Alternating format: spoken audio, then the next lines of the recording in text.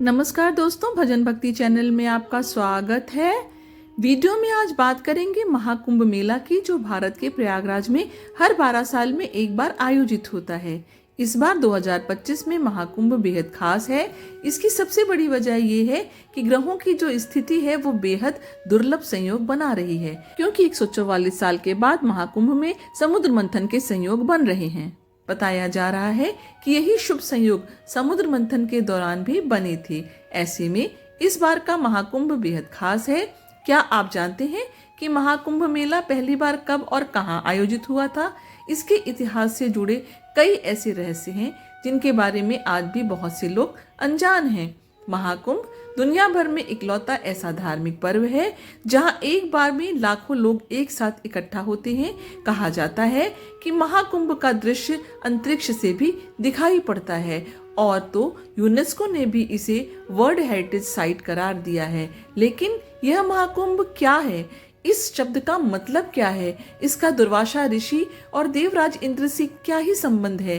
क्या इसकी कहानी समुद्र मंथन से भी जुड़ी हुई है? तो चलिए आज जानते हैं महाकुंभ से जुड़ी हर वो बात जो हर सनातनी को पता होनी चाहिए।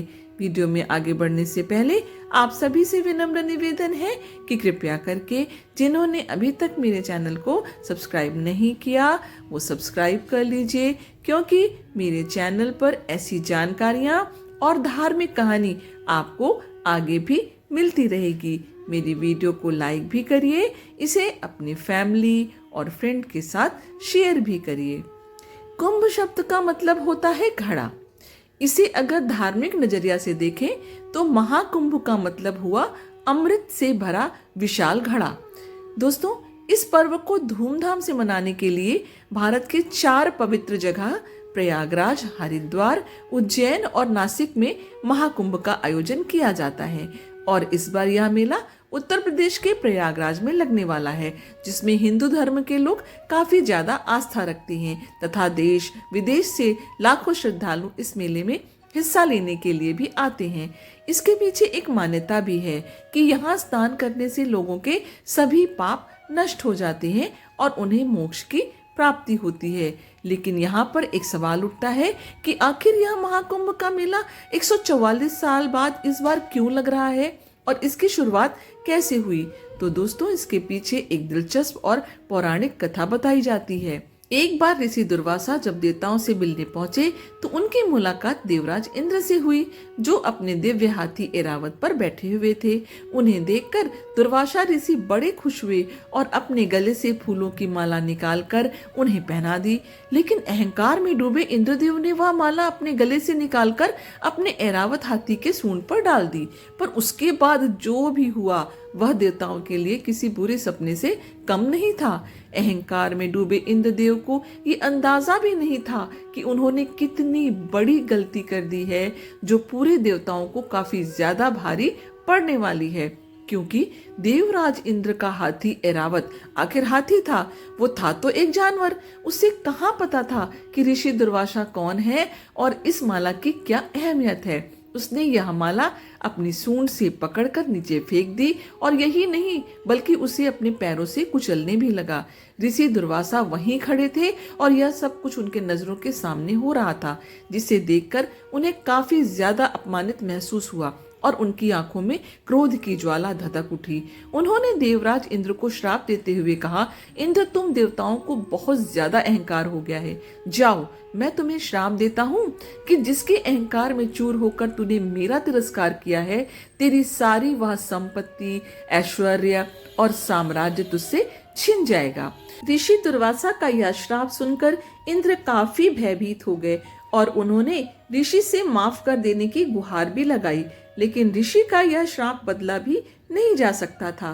फिर क्या, ऋषि दुर्वासा के इस श्राप का असर जल्द ही देखने को मिलने लगा। श्राप की वजह से सभी देवता काफी कमजोर होते चले गए और इसका फायदा उठाया राक्षसों ने। उन्होंने देवताओं पर आक्रमण कर दिया और स्वर्ग तथा देवलोक पर कब्जा भी कर लिया। अब अपनी लगातार खराब होती हालत देख सभी देवताओं के बीच में हड़कंप मच गया।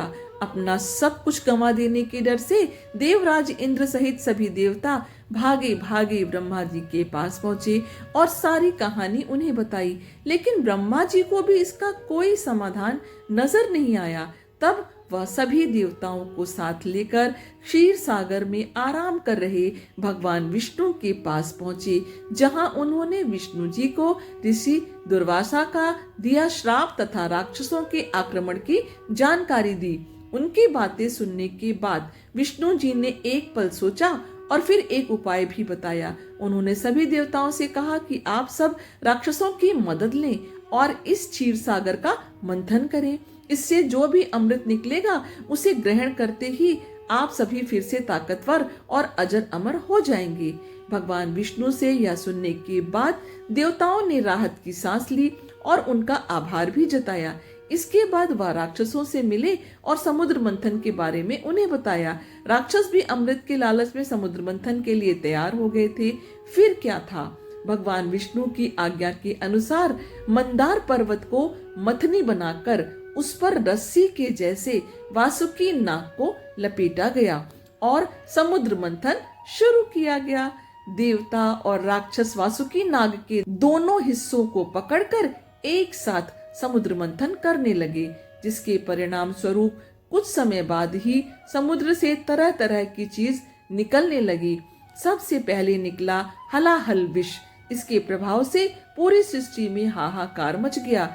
ऐसे में पूरी सृष्टि को इस संकट से बचाने के लिए स्वयं महादेव आगे आए।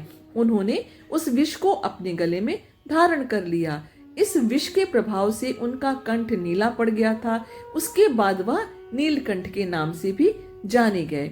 अब उसके बाद मंथन दोबारा से शुरू किया गया, जिससे पहले सुरभि यानी कामधेनु गाय बाहर आई। इसके बाद उच्चैश्रवा घोड़ा, लक्ष्मी जी और अंत में खुद आयुर्वेद के जनक माने जाने वाले भगवान धन्वंतरी अमृत का कुंभ यानी कलश लेकर बाहर आए। राक्षसों ने जब अमृत कुंभ को देखा तो उन्होंने उसे छीनकर वहां से भाग निकलना चाहा। इसे लेकर देवताओं और राक्षसों के बीच तकरीबन 12 दिनों तक युद्ध चला। इस युद्ध के बीच मौका पाते ही इंद्र के पुत्र जयंत ने वह कुंभ लेकर भागना शुरू कर दिया। कहा जाता है कि उनके भागने के दौरान अमृत की कुछ बूंदें धरती के 4 जगहों पर नदी के किनारे गिरी, जिसमें प्रयागराज, हरिद्वार, उज्जैन और नासिक के नदी के किनारे गिरी। तब से ही इन जगहों को काफी ज्यादा पवित्र माना जाने लगा और इसके बाद से ही यहाँ कुंभ मेले का आयोजन शुरू हो गया। अब समझते हैं कि कुंभ हर 12 साल के बाद ही क्यों आता है। अमृत कलश के लिए जब देवताओं और राक्षसों के बीच युद्ध जारी हुआ, क्योंकि अमृत देवताओं और राक्षसों दोनों के लिए ही बहुत जरूरी था और दोनों ही पक्ष इसे हर हाल में पाना चाहते थे। इस वजह से दोनों के बीच 12 दिन तक युद्ध चला। धार्मिक शास्त्रों के अनुसार देवताओं का एक दिन हमारे 1 साल के बराबर होता है और यही वजह है कि हर 12 साल के बाद कुंभ मेले का आयोजन किया जाता है। माना जाता है कि हर 12 साल के बाद वह खास समय आता है जब प्रयागराज में त्रिवेणी संगम, हरिद्वार में गंगा नदी, उज्जैन में शिप्रा नदी और नासिक में गोदावरी नदी के किनारे अमृत रूपी शक्ति जागृत होती है। और यही वजह है कि इस दौरान देश विदेश से लाखों लोग यहाँ डुबकी लगाने आते हैं ताकि उन्हें मोक्ष की प्राप्ति हो सके। आइए अब आगे जानते हैं कि कुंभ कितने तरह के होते हैं। तो कुंभ 4 प्रकार के होते हैं: कुंभ, अर्धकुंभ, पूर्ण कुंभ और महाकुंभ। कुंभ मेले का आयोजन हर 12 साल के बाद हरिद्वार, नासिक, उज्जैन और प्रयागराज में होता है। बारी बारी से इसे चारों अलग अलग जगहों पर आयोजित किया जाता है।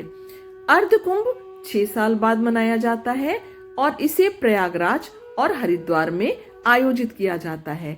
हर 6 साल बाद आयोजित होने की वजह से इसे अर्धकुंभ कहा जाता है। पूर्ण कुंभ हर 12 साल के बाद प्रयागराज के संगम तट पर आयोजित किया जाता है।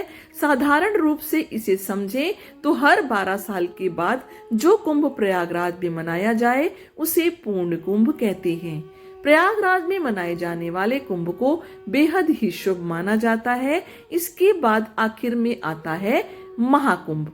ये मेला हर 12वें कुंभ पर आयोजित होता है और महाकुंभ एक दुर्लभ आयोजन है जो 12 पूर्ण कुंभ के बाद यानी 144 साल बाद आता है। यानी हर साल के बाद आने वाले कुंभ के जब 12 आयोजन पूरे हो जाते हैं तब 144 वर्ष बाद आने वाला कुंभ महाकुंभ कहलाता है। यह महाकुंभ हमेशा प्रयागराज में ही आयोजित होता है। इस साल भी 13 जनवरी से प्रयागराज में महाकुंभ मेले का आयोजन होगा जो 144 वर्षों के बाद आयोजित किया जा रहा है। यह महाकुंभ 45 दिनों तक चलने वाला है जो 26 फरवरी को महाशिवरात्रि के दिन समाप्त होगा। लेकिन अब सवाल उठता है कि महाकुंभ का आयोजन सिर्फ प्रयागराज में ही क्यों होता है? तो इसके पीछे कई मान्यताएं हैं। प्रयागराज को धार्मिक दृष्टि से काफी ज्यादा महत्वपूर्ण माना जाता है। यहाँ गंगा, यमुना और सरस्वती नदी का संगम होता है जिसे त्रिवेणी संगम के नाम से भी जाना जाता है। इसके अलावा माना जाता है कि प्रयागराज कलयुग के समय को दर्शाता है कि इसके अंत में अभी कितना समय और बचा है। इसलिए मान्यता है कि जो भी यहाँ महाकुंभ के दौरान स्नान करता है उसके सभी पाप नष्ट हो जाते हैं और वह जीवन मरण के चक्र से छूट जाता है जिससे उसे मोक्ष की प्राप्ति होती है। महाकुंभ एक धार्मिक आयोजन नहीं बल्कि हमारी संस्कृति, आस्था और एकता का प्रतीक है। यदि संभव हो तो आप भी इस अद्भुत आयोजन का हिस्सा बनिए और आस्था की एक डुबकी संगम में अवश्य लगाइए। हमारी शुभकामनाएं आपके साथ हैं। आशा करती हूँ यह जानकारी आपको पसंद आई होगी। यदि यह जानकारी आपको जरा भी पसंद आई हो तो कमेंट बॉक्स में जय गंगा मैया और हर हर महादेव अवश्य लिखें। ईश्वर की कृपा आपके और आपके परिवार के ऊपर हमेशा बनी रहे। आपका दिन शुभ हो। धन्यवाद।